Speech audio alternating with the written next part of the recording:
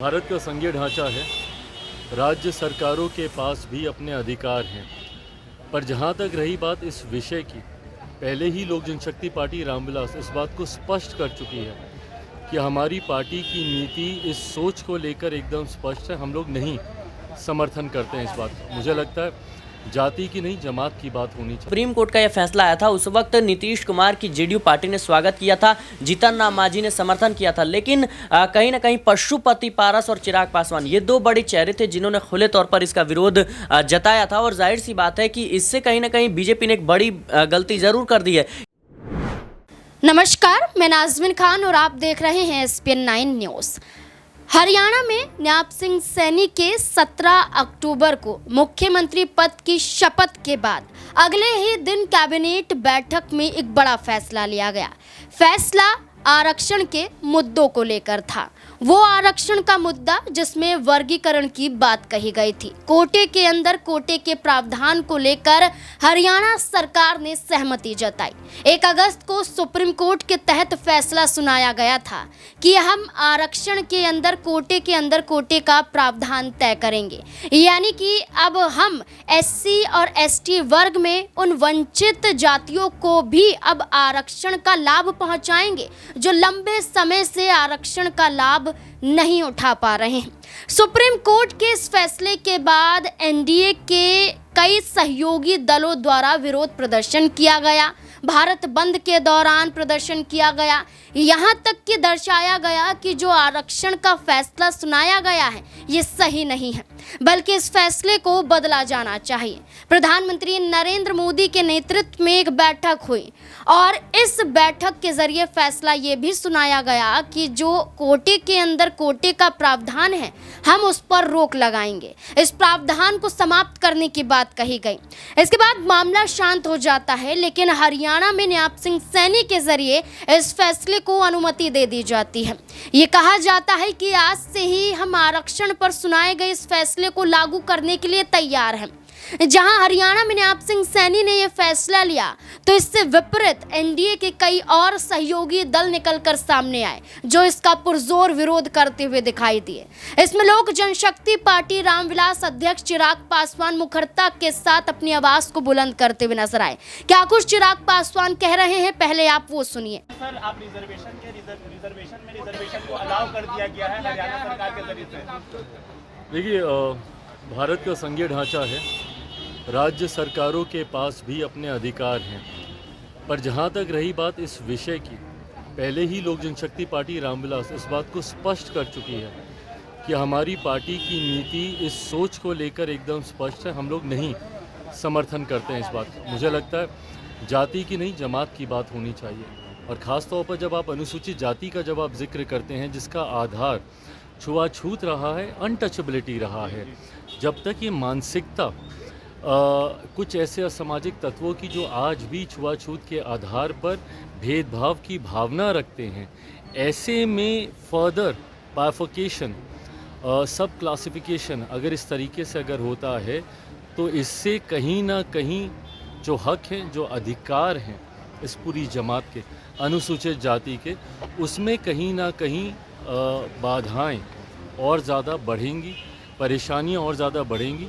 तो इस वर्गीकरण की का समर्थन लोक जनशक्ति पार्टी रामविलास नहीं करती। राज सिंह यात्रा पर निकले हुए हैं और उनकी यात्रा के बाद सर जो मूर्ति तोड़ने का मामला देखने को मिला है भागलपुर में, वहाँ पे तनाव व्याप्त है। क्या लगता है कि ऐसी यात्राओं से बचना चाहिए? जांच का विषय है, इस यात्रा के कारण हुआ है या किस कारण हुआ है, बट जो भी ऐसे असामाजिक तत्व है कार्रवाई उस पर जरूर है। चिराग पासवान ने साफ तौर पर जाहिर कर दिया है कि जो फैसला था वो गलत था। हम आरक्षण के अंदर कोटे के प्रावधान को सहमति नहीं देते हैं, बल्कि ये कहीं ना कहीं दलितों के साथ नाइंसाफी होगी, उन पिछड़े वर्गों के साथ नाइंसाफी होगी और वो इसका लाभ नहीं उठा पाएंगे। बल्कि यहाँ एक बार फिर से छुआछूत को लेकर एक बड़ा मुद्दा भी उठाया जा सकता है। सीधे तौर पर चिराग पासवान ने इस फैसले का विरोध किया, लेकिन अब ये कहा जा रहा है एक तरफ भारतीय जनता पार्टी इस फैसले के तहत हरियाणा में तैयार हो चुकी है, फैसले को लागू कर चुकी है, तो वहीं दूसरी तरफ बिहार में चिराग पासवान इसका विरोध करते हुए नजर आ रहे हैं। अब क्या होगा? क्या एनडीए के यही सहयोगी दल इस मुद्दे के जरिए अलग हटते हुए नजर आएंगे? इससे जुड़े हुए कई तमाम सवाल यहाँ पर बनते हैं। मेरे साथ मेरे सहयोगी सिराज मौजूद हैं। सिराज, किस तरीके से देखते हैं आप कि चिराग पासवान विरोध कर रहे हैं और वहीं हरियाणा में न्याय सैनी की सरकार इसे लागू करती हुई नजर आ रही है? जी देखिए नाज़मीन, जिस तरीके से ये पूरा का पूरा मुद्दा अब गरमाया हुआ नज़र आ रहा है और जाहिर सी बात है कि कोटे में कोटा जो सुप्रीम कोर्ट का फैसला था, इसकी खिलाफत ना सिर्फ विपक्ष की पार्टियों ने किया था, बल्कि जो सत्ता पक्ष के सहयोगी दल हैं उन्होंने भी खुलकर जो है विरोध किया था। और उसमें सबसे बड़ा नाम चिराग पासवान का था, क्योंकि चिराग पासवान ने खुले तौर पर कह दिया था कि जब कह सकते हैं कि जो आरक्षण मिलता है और जिस तरीके से जातिगत भेदभाव होता है, तो आरक्षण जो है वो धन के आधार पर नहीं मिलता है, ये जातिगत भेदभाव के आधार पर मिलता है। और इस लिहाज से कहीं ना कहीं ये फैसला गलत है। और जाहिर सी बात है उन्होंने भारत बंद का भी समर्थन किया था, जिससे मोदी सरकार को कहीं ना कहीं एक बड़ा झटका लगा था, क्योंकि सहयोगी दल होने के नाते चिराग पासवान की जो बात ये निकल कर सामने आनी चाहिए थी कि भैया हम सरकार के हर कदम के साथ हैं।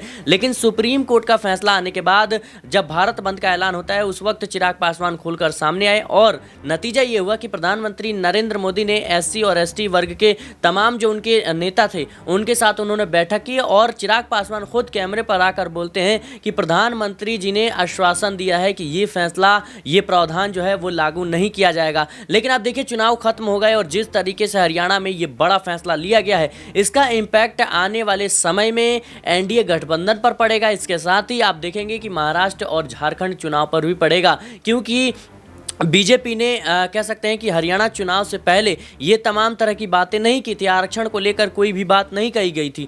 लेकिन जिस तरीके से इसको लागू किया जा रहा है, ये कहीं ना कहीं एक एक्सपेरिमेंट के तौर पर बीजेपी देख रही है, क्योंकि अभी देखिए बीजेपी ने अपने दम पर सरकार बनाया है हरियाणा में और जाहिर सी बात है इसलिए किसी भी सहयोगी दल का उनके पास दबाव नहीं है। तो ये एक एक्सपेरिमेंट के तौर पर देखा जा रहा है कि इस पर विपक्ष का क्या रवैया रहेगा, इस पर जो सहयोगी एनडीए के सहयोगी दलों की अगर हम चर्चा करें, एक तरफ बीजेपी है जो सहमत नजर आ रही है और प्रधानमंत्री इसे लागू करने को लेकर इनकार करते हुए दिखाई दिए। वहीं अगर हम बिहार में एनडीए गठबंधन की बात करें तो जीतन राम मांझी हैं जो इसका सहयोग करते हुए नजर आए थे, चिराग पासवान इसका विरोध करते हुए दिखाई दिए थे। और नीतीश कुमार की अगर हम चर्चा करें तो 2007 में ही इन्होंने दलित महादलित का कॉन्सेप्ट तय कर लिया था। अभी कोटे के अंदर कोटे के प्रावधान को लेकर नीतीश कुमार की सरकार ने भी इसे लागू नहीं किया है, लेकिन 2007 में एक रणनीति बनाई गई थी और इस रणनीति पर चलने की कवायद में तेज नीतीश कुमार नजर आए थे। क्या लगता है कि हरियाणा में बीजेपी ने लागू करने का ऐलान कर दिया, क्या नीतीश कुमार भी बिहार में इसे लागू करते हुए नजर आएंगे? तब क्या होगा जीतन राम मांझी और चिराग पासवान का रुख? जी देखिए नाज़मीन, मैं वही बात कह रहा था कि इस वक्त बीजेपी ने एक्सपेरिमेंट के तौर पर इसको हरियाणा में लागू किया और जाहिर सी बात है भारतीय जनता पार्टी ये चाहती है कि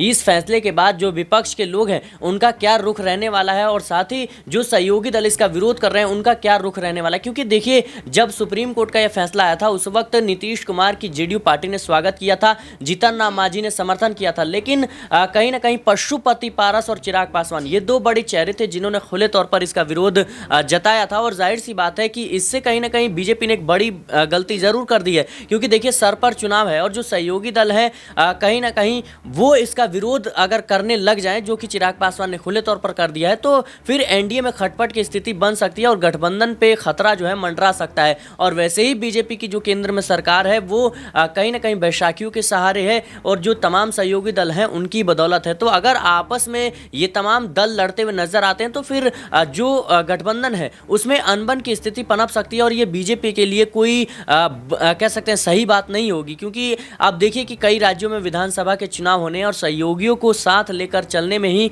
बीजेपी को फायदा है, क्योंकि सहयोगियों की बदौलत बीजेपी ने लोकसभा का चुनाव जो है कहीं ना कहीं जीता और तीसरी बार सरकार बनाई। तो मुझे लगता है आने वाले समय में और बिहार जैसे राज्य में जहां पर बीजेपी ने खुद अपने दम पर एक भी बार सरकार नहीं बनाई है, वहां पर नीतीश कुमार हो या फिर तमाम जो सहयोगी दल हैं उनकी बदौलत कहीं ना कहीं सरकार बनाती हुई बीजेपी हमेशा से नजर आई है। तो ये चुनौती मुझे लगता है एक बड़ी बड़ी चुनौती है और बीजेपी ने मुझे लगता है चुनौतियों की बात करें तो क्या चिराग पासवान को इस बात की जानकारी नहीं है कि अगर हम आरक्षण के मुद्दों पर बोलेंगे तो सीधे तौर पर भारतीय जनता पार्टी के खिलाफ जाएंगे, क्योंकि हरियाणा में भारतीय जनता पार्टी की सरकार है, उनके जरिए ही इसे लागू करने का फैसला लिया गया है और चिराग पासवान ने अचानक मीडिया के सामने इसका विरोध कर दिया है, तो बीजेपी से ही बगावत। जी देखिए, ये इसको बगावत के तौर पर नहीं दे सकते। हालांकि आने वाले समय में इससे बगावती स्थिति जरूर पनप सकती है, लेकिन जैसा कि मैंने पहले ही कहा कि चिराग पासवान एनडीए का हिस्सा जरूर है, लेकिन उनकी एक अलग पार्टी है, ये हमें नहीं भूलनी चाहिए। और हर पार्टी की एक अलग आइडियोलॉजी होती है, एक अलग रणनीति होती है, जिसके तहत चिराग पासवान की हमेशा से ये भूमिका रही है कि वो मुस्लिम तबके को भी साथ लेकर चलना चाहते हैं, दलित भी उनके साथ चले, क्योंकि वो अपने भविष्य को कहीं ना कहीं आने वाले समय में उजागर करना चाहते हैं, अपने भविष्य को देखना चाहते हैं कि बिहार में जिस तरीके से चाहे वो बीजेपी हो या जेडीयू हो, आरजेडी हो, इन तमाम पार्टियों का जो कह सकते हैं जो जनाधार है वो घटता हुआ नजर आ रहा है। ऐसे में चिराग पासवान को एक उभरते चेहरे के तौर पर देखा जा रहा है और चिराग पासवान इस बात को भली भांति समझते हैं कि आने वाले समय में उन्हें सभी जो जाति धर्म के लोग हैं उनको साथ लेकर चलना पड़ेगा, तभी जाकर सरकार बनेगी। वहीं बीजेपी की देखिए तो बीजेपी की ज़्यादातर जो पॉलिटिक्स रहती है वो कोर हिंदुत्व वाली रहती है और उनका सीधे तौर पर जो उनके कह सकते हैं कि मुख्यमंत्री हैं योगी आदित्यनाथ उत्तर प्रदेश के, वो सीधे तौर पर कहते हैं ये तो 80 और 20 का खेल है। यानी आप समझ सकते हैं इन तमाम इशारों को और राजनीतिक दलों में किस तरीके से ये तमाम तरह की बातें चल रही हैं। इससे मुझे नहीं लगता चिराग पासवान जो है वो अनजान होंगे। तो जाहिर सी बात है वो अभी से ही तैयारियों में है कि अगर मैंने बीजेपी का साथ छोड़ भी दिया तो जो मेरे कोर वोटर्स हैं वो कहीं ना कहीं मेरे साथ जुड़ते हुए नजर आएंगे। आप देखिए कि कई पार्टियां हैं जो बीजेपी के साथ जुड़ी, लेकिन आज उनका नामो निशान नहीं मिलता है। आप देखिए कि ओम प्रकाश राजभर की जो सुभाषपा पार्टी है वो देखिए किस तरीके से लुप्त होती हुई नजर आ रही है। इसके साथ ही अनुप्रिया पटेल भले ही सांसद है, लेकिन कहीं ना कहीं उनकी भी पार्टी खतरे में है। इसके साथ ही आप देखेंगे कि जो संजय निषाद है वो सीटों के लिए लड़ते हुए नजर आ रहे हैं। आरएलडी है, ये तमाम जो सहयोगी दल है इनका लगातार जो जनाधार है वो कम देखने को मिल रहा है। इसके साथ ही आप देखेंगे महाराष्ट्र में भी जो एक ना उद्धव ठाकरे का क्या हाल हुआ, उनकी पार्टी तोड़ी गई, शरद पवार का क्या हाल हुआ। आप उड़ीसा में देखेंगे विनय पटनायक का क्या हुआ। तो ये तमाम जो कह सकते हैं कि तमाम नीतियां हैं, इससे भली भांति चिराग पासवान अवगत है और वो समझते हैं कि चिराग पासवान के खुद पार्टी को जो है बीजेपी ने किस तरीके से इस्तेमाल किया है। पशुपति पारस और चिराग पासवान में जो दो धड़ों में बढ़ता हुआ नजर आया, तो ये तमाम चीज़ें हैं, इससे मुझे लगता है चिराग पासवान भली भांति अवगत हैं और इसी वजह से इस तरह के कदम उठाते हुए नजर आ रहे हैं। चिराग पासवान ने कहा कि जाति नहीं जमात पर चर्चा होनी चाहिए। वहीं हरियाणा में भारतीय जनता पार्टी की बात करें तो आज SC ST OBC के ही बलबूते पर सीटों को जीत पाई है। 48 सीटों के बलबूते भारतीय जनता पार्टी हरियाणा में तीसरी बार सत्ता में आई है, लेकिन इस आरक्षण के मुद्दे पर फैसला सुनाने के बाद न्याप सिंह सैनी खुद खामोश हैं और चिराग पासवान का पलटवार ये दर्शाता है कि अब बड़ा बदलाव हरियाणा में आरक्षण के दायरे को लेकर किया जा सकता है। न्याप सिंह सैनी क्या कुछ फैसला लेते हुए नजर आएंगे, ये मुद्दा अब काफी गर्माता हुआ दिखाई दे सकता है। इस पूरे मुद्दे को लेकर अब आपकी राय क्या है? अपनी राय कमेंट सेक्शन में जरूर दें। देखते रहें SPN9 न्यूज़। धन्यवाद।